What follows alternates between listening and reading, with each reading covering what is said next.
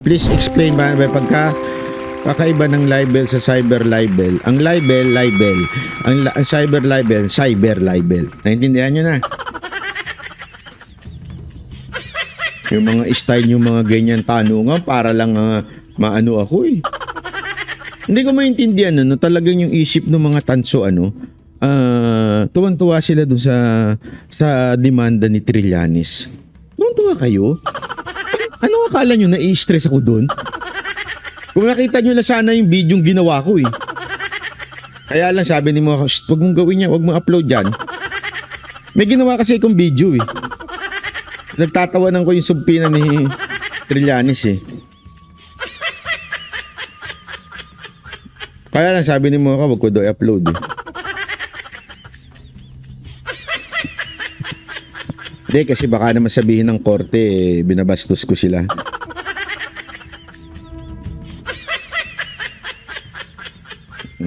Sa mga bangag vloggers diyan na naghahanap ng content tungkol po sa sa subpina ko, i-comment nyo na. Ito yung thumbnail. Umiiyak. Banat bay, umiiyak. O, i-thumbnail yun na. Sige na, itayan nyo na. Thumbnail nyo na.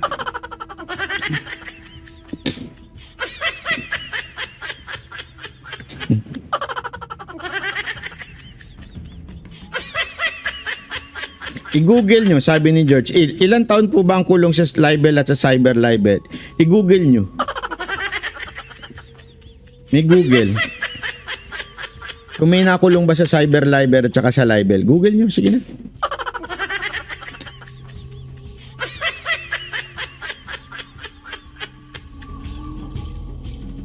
Di ba may post ka nung parang sa TikTok dakra? Hindi ko nga in-upload yun. Ayaw ni mo kay pa-upload ko eh.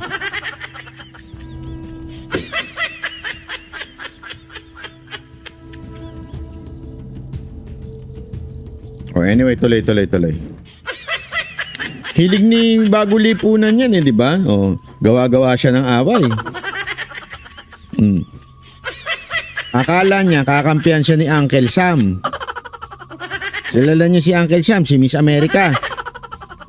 Oh, hindi siya kinampihan ni Miss America. Isipin niyo, alam mo, ito ang sitwasyon ng bansa natin ngayon. Yung sitwasyon na ginawa ni Bagong Lipunan. Yun, di ba? Ano ginawa niya? Inaway niya kami mga banateros. Binira kami ng binira. Akala niya, kakampihan siya ni Miss America. Si Miss America, finid siya ng finid ng mga messages panlaban sa akin. Nung dinudurog na namin si Bago Lipunan, umiiyak na siya, humingi na siya ng tulong dito kay Maharlika. Ano ginawa ni Maharlika? Tinulungan ba siya? Dili. Tandaan niyo yun, si Maharlika, para lang sa sarili niya yun. Di naman para sa ibang tao yun eh. Para lang sa sarili niya yun. So nilaglag siya ng tao. Ano nangyari sa kanya ngayon? Sunog lahat ng kanyang followers. Swerte na lang kung may manood pang 100. Tama, mali. Oh, may huling... Anong huling alas niya? Dinedma siya na... so lahat ng mga dumedma sa kanya, binira niya. Si Glenn Chong, si Maharlika, lahat ng mga dumedma sa mga pautot niya, pati si Jojo de Guzman, inaya niyang banatang kami. Wala din. Oh. Ayan ang sitwasyon ng bansa natin mangyayari pag tayo kumagat sa Amerika. Tandaan nyo, Amerika, wala yan. Tama, mali. Ay. Si Bagong Lipunan bumalik na sa mga tanso. Kahiya-hiya naman yun. Kinain na naman niya yung tinain niya. Wala pang 50 yung nanonood sa kanya.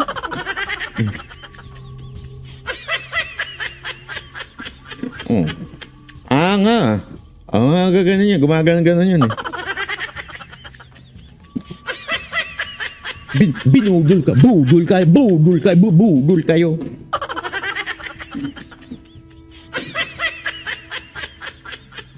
Di ba? Di mo kasyang tayo ngayon. Saan mo gusto si China? Wala lang. Sinabi ko bang gusto ko sa China? Labo ng utak mo. Utak tanso. Wala akong gusto. Ito ang gusto ko eh. Ikaw na nagtanong na mahina ang kukote. Ang gusto ko, isipin natin Pilipinas. Alam mo, walang gulo. Walang gulo. Nakakangisda tayo nung panahon ni Duterte. Huwag kayong tanga. Walang tayong gulo. Ang may gulo, China at Amerika. Pinag-aawayan ng Taiwan. Yun ang gulo. Ngayon, naghanap ng bataan ang Amerika. Isinama tayo sa gulo ng hindi nating gulo. Yun ang sinasabi kong wag tayong sumali sa gulo ng iba. Ang isipin natin, Pilipinas, tayo, atin. Maayos tayo nun eh. Nakakangisda tayo nun. Sino nagsabi? Yung mga mangingisda. Sino nagsabi hindi tayo nakakangisda? Yung mga politiko. Nangingisda ba yung mga politiko? Hindi. Sino nangingisda? Yung mangingisda o yung mga politiko? Di ba yung mga nangingisda ang nangingisda? Kaya nga sila nangingisda eh. Kaya nga yun ang pangalan nila, fishermen. Because nangingisda sila. Sino dapat natin tanungin? Sila o yung mga politiko? Ang tinanong natin yung mga politiko, hindi tayo nakakangisda dyan, inaaway tayo ng China. Ano sabi ng mga fishermen? Sabi nila, nung panahon ni Duterte, nakakangisda kami. Ngayon, hindi na. Di ba pahiya nga yung Congress?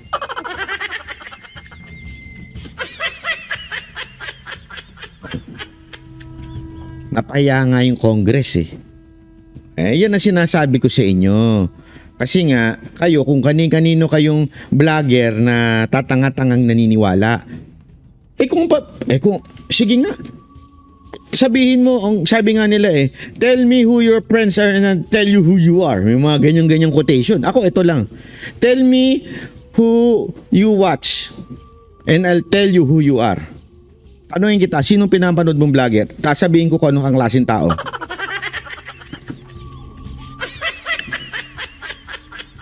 Pag ang mga vlogger na pinanonood mo, yung mga katulad ng mga bangag vloggers, sigurado ako mababaw ka.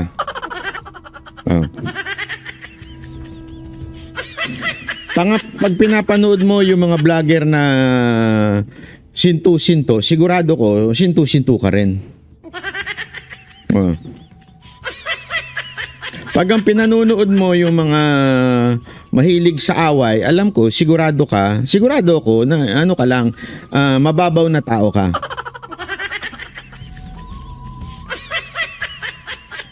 Kasi, alam mo ba na isa yan sa mga senyales ng mababaw na tao? Ha?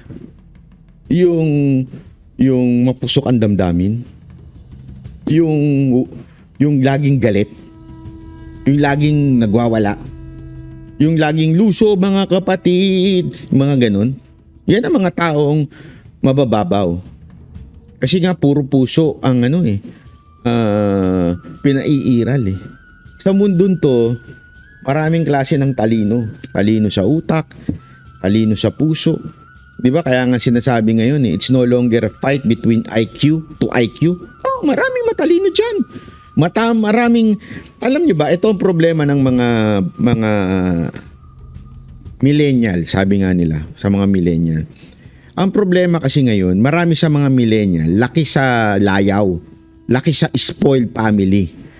Laki sila sa mga mahinang damdamin. Kaya nga ang issue ngayon, pagdating sa kumpanya, it's no longer about IQ, it's about EQ, emotional quotient. How strong is your emotion? Kasi ang taong matured ay yung strong ang emotion. Ibig sabihin nun, kaya nilang kontrolin ang emosyon. Ang mga millennial daw ngayon, hindi na kayang mag-control. Mapagalitan mo lang, magbibigti na. Hindi totoo, maraming ganun eh. Ako, I discourage that and I keep on saying na may hope tayo, dapat walang susuko sa buhay. Dahil lahat ng problema ay lilipas din. Pero mga millennial ngayon, konting umiiyak na kagad. Ang lakas bumanat sa social media. Ang tatapang sa social media pero pag kinausap mo na ng harapan ayaw ng confrontation. Bakit? Mahina ang puso eh. Hindi kaya ang confrontation. Ang hina ng damdamin eh. Maraming ganyan. Oo, maniwala kayo sa akin, maraming ganyan. Wala kayo matututunan sa mga ganyan tao? Yung iyakin? Yung totoo ha? Yung nabanatan mo lang, iiyak na ako siya, ayoko na, hindi na ako mag-live. Hindi ko naman sila inaaway nila ako. Napagsabihan ka lang sa mali mong gawain, lahat na kalaban ko na kayo lahat. Inaapi niyo ko. Kawawa naman ako, porkit ba ganito ko, inaaway niyo na ako.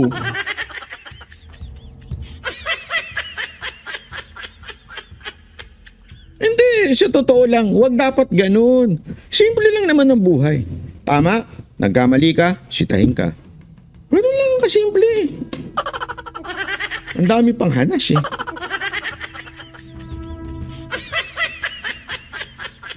Bakit ba tayo napasok dyan? Simpleng-simple lang naman yan mga kaibigan kasi magtatayo ako ng grupo ngayon. Ang pangalan Dramateros. Pagsasama-samahin natin yung mga iyaking vloggers. Diba?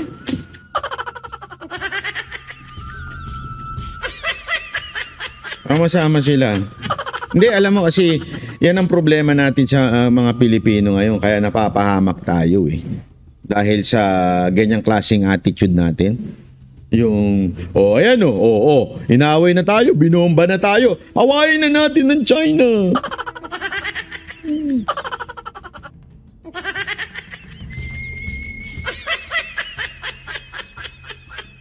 Api tayo ng China, bomba, bomba.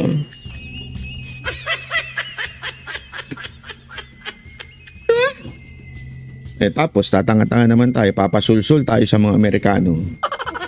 Sulsul ni Amerikano. Kasi nga, ang baba ng EQ natin, di ba? Kaya kung ayaw ninyo ng mga mahihinang nilalang, sa Banateros lang kayo. Ayun! Ayun talaga yun eh.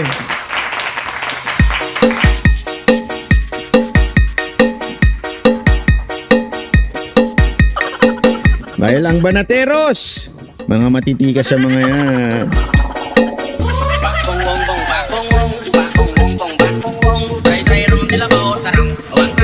Kunwari, binata pa. Mga sayawang binata eh, no?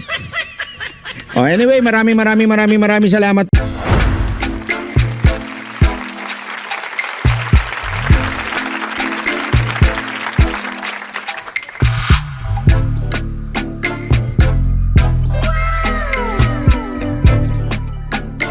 The next performance will start momentarily.